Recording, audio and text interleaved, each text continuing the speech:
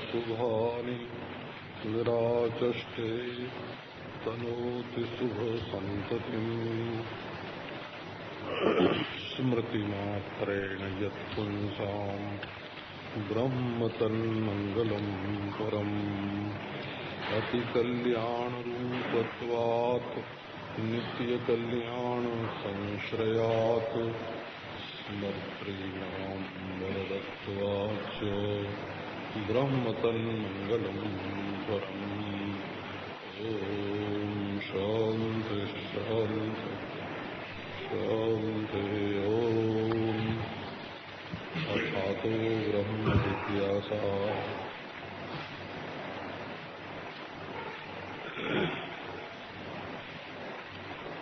तो प्रत्येक सूत्र में ओम का उच्चारण करके तब पाठ करते हैं।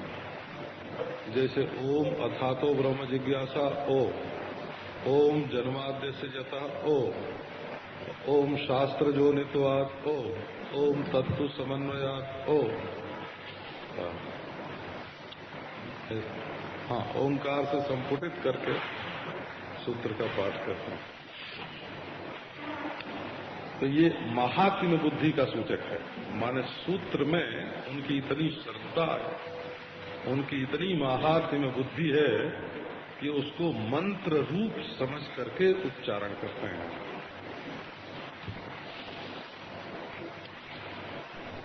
अच्छा, अतः ब्रह्म जिज्ञासा। तो फिर से एक बात ध्यान में बैठा लो। अथ माने साधन संपत्ति से संपन्न हो करके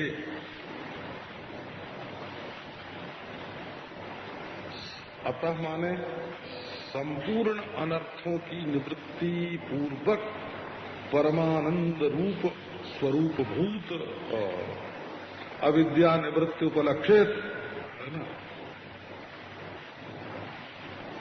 ब्रह्मात्मैक्य का साक्षात्कार करने के लिए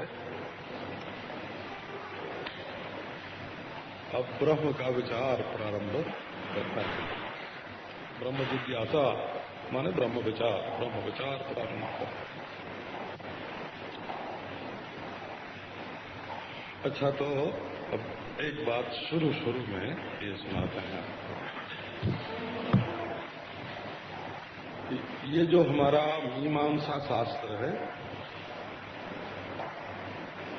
इसमें शास्त्र संगति, अध्याय संगति, अधिकरण संगति है।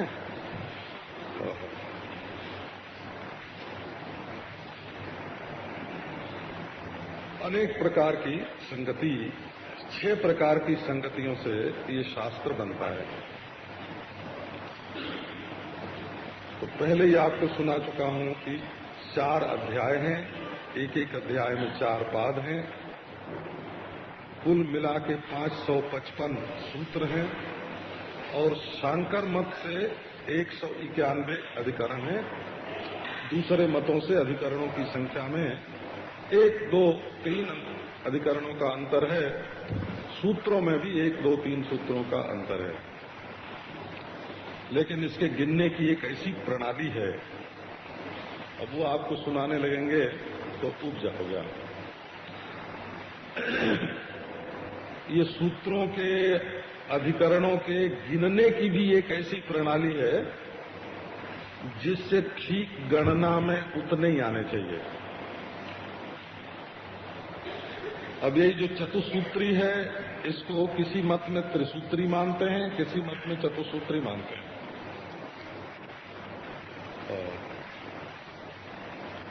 तो जन्माद्यस्य यतः शास्त्र जोनित्वात्, इन दोनों को कोई एक सूत्र मानते हैं और कोई इनको 2 सूत्र मानते हैं। ये तो ग्रंथ के बहिरंग स्वरूप के बारे में है। अब अधिकरण रचना कैसे होती है, जो लोग इसको समझना चाहते हैं वो समझ लें। जैसे किसी जज के सामने कोई मुकदमा जाए, कोई केस जाए। देखो, अंग्रेजी वाले केस बोलते हैं और हमारे गांव वाले कचहरी बोलते हैं, तो वो कच और केस दोनों एक ही हैं बोला।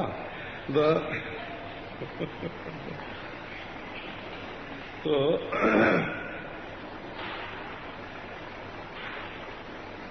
उसमें ये देखा जाता है कि आखिर विवाद किस विषय को लेकर के है,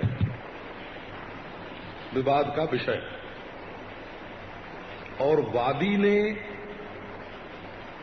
क्या मांग की है और अपने पक्ष में क्या तर्क दिए हैं। प्रतिवादी उसके तर्क का खंडन करके अपने पक्ष का प्रतिपादन कैसे करता है और क्या क्या प्रमाण देता है, और जज दोनों की तुलना करके क्या फैसला करता है। हमने बचपन में अदालत की बात सब सुनी थी वो, तो उसमें एक बयान तनखीह नाम का काम बताते थे। दोनों तरफ के बयान की तुलना करना कि उसने क्या कहा और उसने क्या कहा, इसमें कौन कमजोर पड़ता है और कौन प्रबल होता है। तो विवाद का विषय वादी का पक्ष, प्रतिवादी का पक्ष, दोनों की तुलना और फैसला, निर्णय, जज का निर्णय। तो अधिकरण की रचना कैसे होती है, अब ये आप देखो ध्यान में लो। अथातो ब्रह्म जिज्ञासा, अधिकरण में पहले ये निर्णय करना पड़ता है कि विषय क्या है। बिल्कुल वही बात है बोला। दूसरी बात ये देखनी पड़ती है कि पूर्व पक्षी क्या कहता है और उसके पक्ष में तर्क क्या है, युक्ति क्या है। उत्तर पक्षी क्या कहता है, क्या चाहता है, और अपने पक्ष में युक्ति तर्क क्या देता है, हैं? और सिद्धांत क्या है। तो विषय, संशय, उत्तर, सिद्धांत, ये सब मिला करके पंचांग अधिकरण जो है वो पंचांग अंतःकरण अधिकरण होता है। अथातो ब्रह्म जिज्ञासा, ये एक अधिकरण, एक अधिकरण का एक सूत्र है, एक सूत्र में पूरा अधिकरण है। अभी देखो इसमें विषय वाक्य क्या है, इसमें पूर्व पक्ष क्या है, इसमें उत्तर पक्ष क्या है, इसमें सिद्धांत पक्ष क्या है।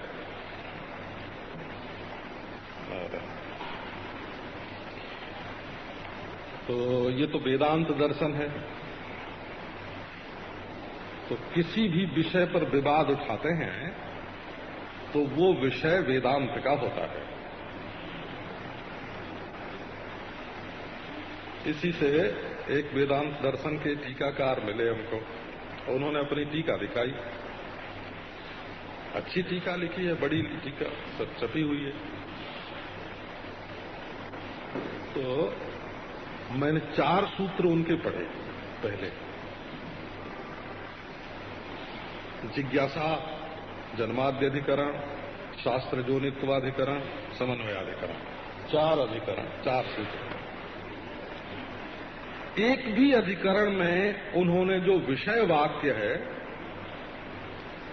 ना, यद्यपि संस्कृत साहित्य में एक ग्रंथ ही बहुत बड़ा है जो प्रत्येक अधिकरण का विषय वाक्य बताने के लिए है कि इस अधिकरण का यही विषय वाक्य हो सकता है कि नहीं, वो विषय मंजरी है बोला।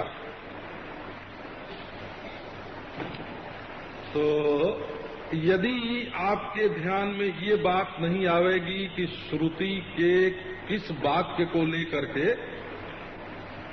किस विषय पर इस अधिकरण की रचना हुई है, तो उस अधिकरण का अर्थ समझने में कठिनाई पड़ेगी।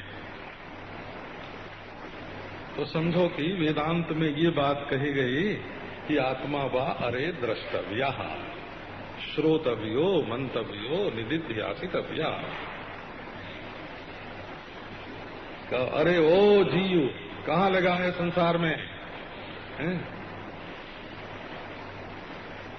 अनंत का विचार छोड़ करके तुच्छ के विचार में लगा है।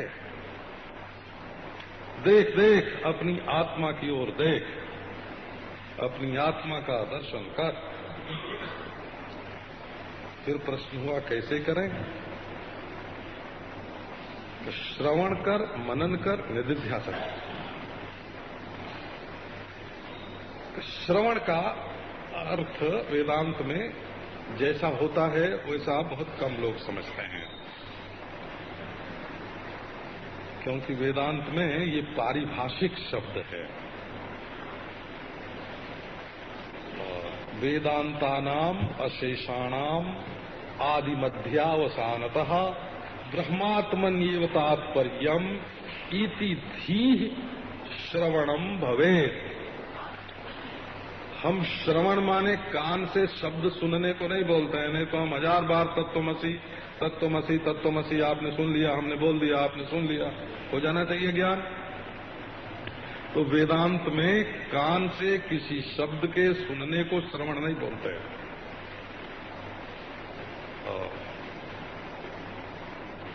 श्रोत्र विषयत्वापन्न, श्रोत्र विषयापन्न शब्द ही श्रवण नहीं है। जितने वेदांत हैं, वेदांत माने वेद के अंतिम भाग, कर्म प्रतिपादक वेदांत वेद बहिरंग है। अंत देखो वेद का, कर्म प्रतिपादक वेद बहिरंग है, क्योंकि वो बाहर ये रुमाल उठाओ, ये तुलसी उठाओ, ये तो बाहर उठाने की चीज है ना। उपासना अंतरंग है, ऐसे समझो। और अपना जो स्वरूप है वो बहिरंग और अंतरंग दोनों से विलक्षण है।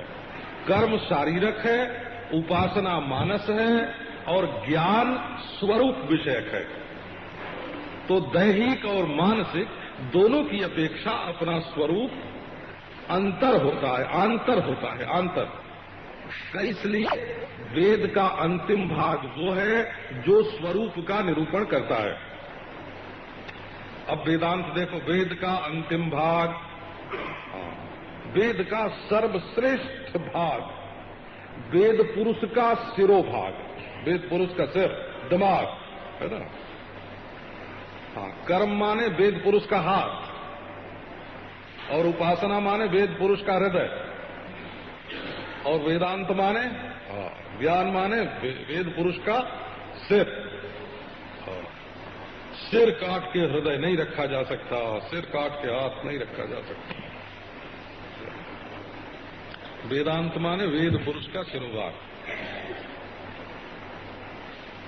और वेद माने ज्ञान, कर्म ज्ञान, उपास्य ज्ञान, स्वरूप ज्ञान। तो श्रोतव्य का क्या अर्थ है? संपूर्ण वेदांत, आदि मध्य अंत, तीनों से विचार करने पर संपूर्ण वेदांत का तात्पर्य आत्मा के ब्रह्मत्व बोध में है। ये जो साक्षी आत्मा है, ज्ञान स्वरूप आत्मा है, चिदात्मा है, ये ब्रह्म ही है। वेदांत का तात्पर्य यहां ऐसी जब बुद्धि हृदय में उत्पन्न होती है तो उस बुद्धि का नाम श्रवण होता है। माने श्रवण श्रोत्र इंद्रिय के किसी क्रियाकलाप का नाम या विषय ज्ञान का नाम नहीं है। श्रवण उस बुद्धि का नाम है जो वेदांत के परम तात्पर्य भूत ब्रह्म और आत्मा की एकता का निश्चय करती है, उस बुद्धि का नाम है। तो श्रोतव्या, वेदांत का श्रवण करो। फिर यदि संशय हो तो मनन करो, और असंशय होने पर भी यदि बारंबार विपर्जय होता हो तो निरिध्यासन करो।